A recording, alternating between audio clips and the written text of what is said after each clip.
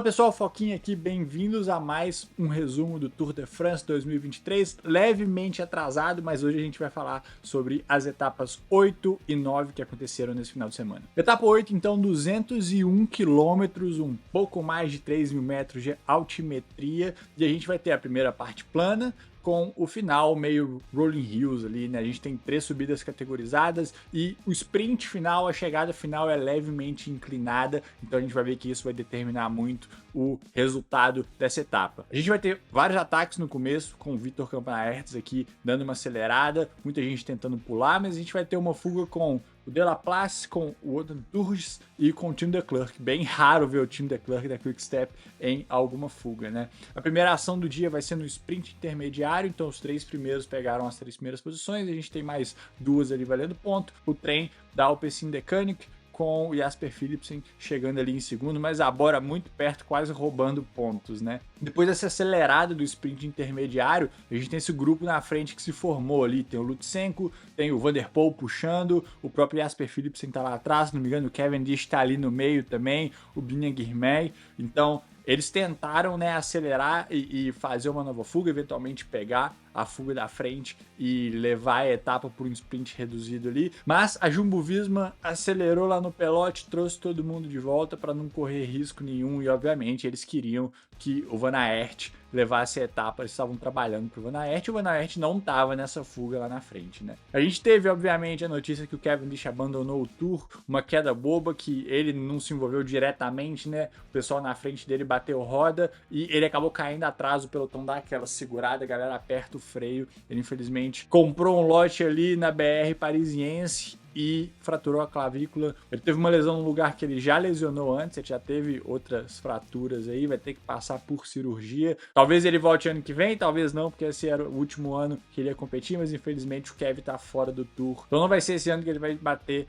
o Ed Merckx, que ele tá empatado com o Ed Merckx, e chegar à 35ª vitória em etapas do Tour de France. Faltando ali 40 km, o Casper Asgreen vai dar uma acelerada no meio, tentando fechar o gap e chegar lá no Tim de Klerk. O Tim de Klerk vai até parar de trabalhar na fuga essa hora, mas não vão deixar ele ir a lugar nenhum, ele ficou uns 20 km ali na frente, se não me engano, mas não deram mais do que 20 segundos para ele, trouxeram ele de volta.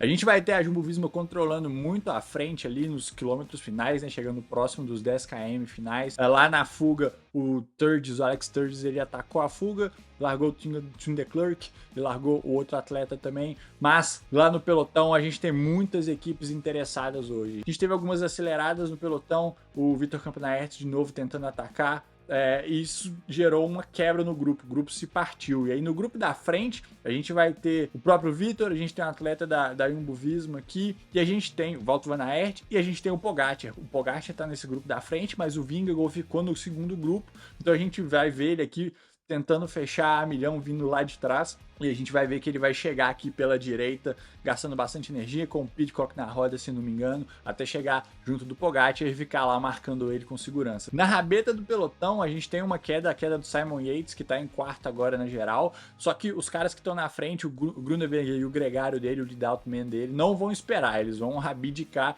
desse quarto lugar, porque o Groenewegen quer ganhar uma etapa de sprint aqui no Tour. Tô chegando lá na frente, a gente tem a Little Trek liderando o pelotão na curva à esquerda, que vai para a chegada final, que é uma reta que tem um planinho, depois ela sobe, só que o Laporte vem para frente, faz uma puxada bem forte, um lead-out bem forte para o Van Aert, o Van der Poel abre pelo canto, à direita do que a gente está vendo, com o objetivo de trazer o Jasper Philipsen. A gente tem na roda do Jasper Philipsen o próprio Van Aert, a gente tem o Groenewegen chegando ali também, a gente vai ter o Mads Pedersen que tá fazendo um sprint longo. Se a gente vê, o Pedersen, ele tá sem roda desde que o Laporte tá na frente.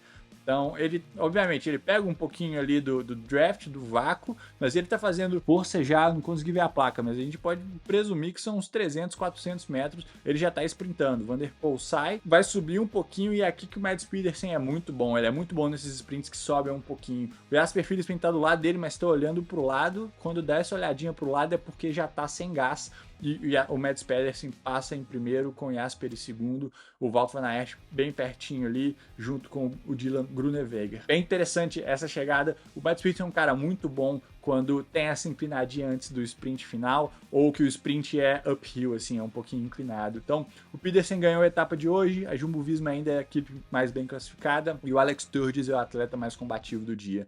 O Vingegaard ainda está com a Malegion, com a camisa amarela, Nilson Paulas, líder da classificação de montanha, Jasper Philipsen, líder por pontos, com a camisa verde, e o Tadej Pogacar ainda é o atleta mais novo, mais bem classificado. E já emendando na etapa 9, a gente tem 883 quilômetros ali, e a gente vai subir o Puy de Dôme, que é uma etapa que não aparece no Tour há décadas, literalmente, mais de 20 anos, se não me engano, 30 anos. É uma subida de 13 km, 13,3 km, e a última parte dela, os últimos 4 a 5 quilômetros, não baixa de 9%, é de 9% para mais, então vai ser uma subida que vai agitar a etapa de hoje. Na etapa de hoje a gente tem de novo o Vitor Campanaerts, que ontem agitou bastante o pelotão, atacando de bandeirada. Ele vai acelerar o pelotão, muita gente vai seguir ele, no final vão formar uma fuga de 14 atletas. Nessa fuga, não pulou ninguém nem da Trek, nem da Quick-Step, então eles vão tentar perseguir depois que esse grupo já se consolidou de certa forma, e a Jumbo-Visma e a F-Education vão cobrir esses ataques, porque tem o Nilson Paulas lá na frente, e também eles não querem que ninguém mais pule, porque se o grupo juntar, vai sair outra fuga, e significa que a Jumbo-Visma vai ter que trabalhar mais, vai ter que garantir que outras pessoas dentro da classificação geral, próximas da classificação geral, não pulem. Quando a fuga consegue abrir assim que o pelotão deixa a fuga aí, significa que não tem ninguém ali que é nenhum perigo para a classificação geral, tanto que o atleta mais bem classificado estava 30 minutos atrás do Vingegaard.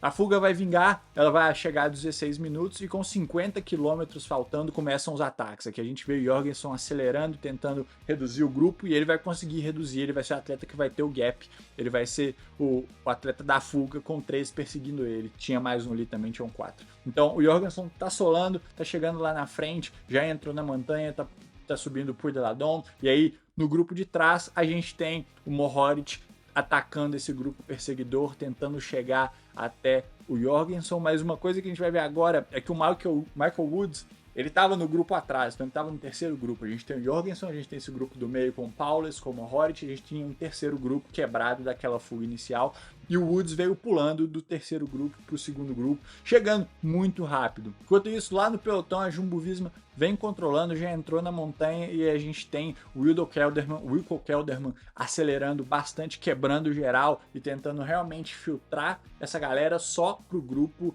da GC. Logo depois dessa aceleração da Jumbo-Visma, desse controle, lembrando que o Michael Woods ele tá lá na frente, tentando ir do grupo 3 pro grupo 2, vão ficar só os atletas da geral mesmo ali. Então a gente tem o Sepp Kuss puxando no ritmo forte com o Vingegaard, com o Pogacar, Simon Yates, tem tanto o Pidcock, que foi uma surpresa boa nesse grupinho, e o Carlos Rodrigues também, os dois ainda estão no top 10 da classificação geral. Lá na frente, a gente vai ter o Michael Woods chegando no Mohoric, não vai nem esperar, vai abrir para o lado, acelera, o Mohoric vai tentar acompanhar ele, mas realmente não consegue. O Woods está numa baita de uma forma e ele vai largar o Mohoric para trás. E vai continuar na pegada, que ele já está com o Jorgenson à vista, faltando 800 metros, faltando 500, ele chega na roda de Jorgenson, não espera o cara respirar, dá na cabeça dele e leva a etapa de hoje. Então, uma baita de uma performance do Michael Woods. O Jorgenson realmente explodiu, ele chegou em quarto. A gente teve o Pierre Latour em segundo e o Mohoric em terceiro, dentro daquela fuga da galera que ainda sobreviveu.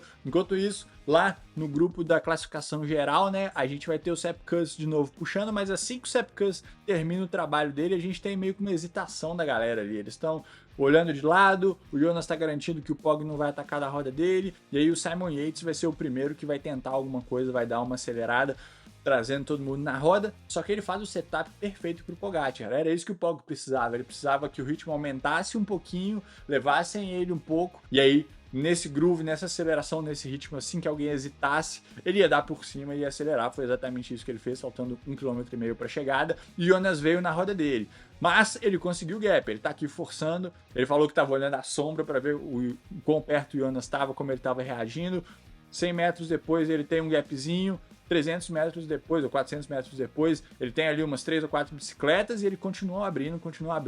No final, dá pra ver que o Jonas tá sofrendo um pouco mais, o Pog de vez em quando olha para trás, e aí com 400 metros faltando, ele tem uma boa distância e vai chegar lá em cima primeiro, e o Jonas vai chegar um pouquinho depois. O Jonas fecha esse gap na parte final ali e vai perder no final do dia cerca de 8 segundos, mas gastou bastante energia. Vamos ver como é que ele vai estar amanhã, depois do dia hoje de descanso. Então a gente tem nas nossas classificações, Michael Woods foi quem ganhou a etapa, a gente tem o Vingegaard ainda na camisa amarela, o Jasper Philipsen na camisa de pontos, Nilson Paulos, nosso líder de montanha, Tadej Pogacar, o atleta mais novo, mais bem classificado, Bahrein Victorious agora é a equipe mais bem classificada, e o Matheus Jorgensen é o atleta mais combativo da etapa. Na etapa de amanhã, né? Hoje é um dia de descanso, amanhã a gente tem 167 km, só que a gente tem 5 montanhas categorizadas, sem contar todos esses quebra-pernas curtos ali de 1 km, 2 km, entre essas montanhas. Vai ser um dia grande,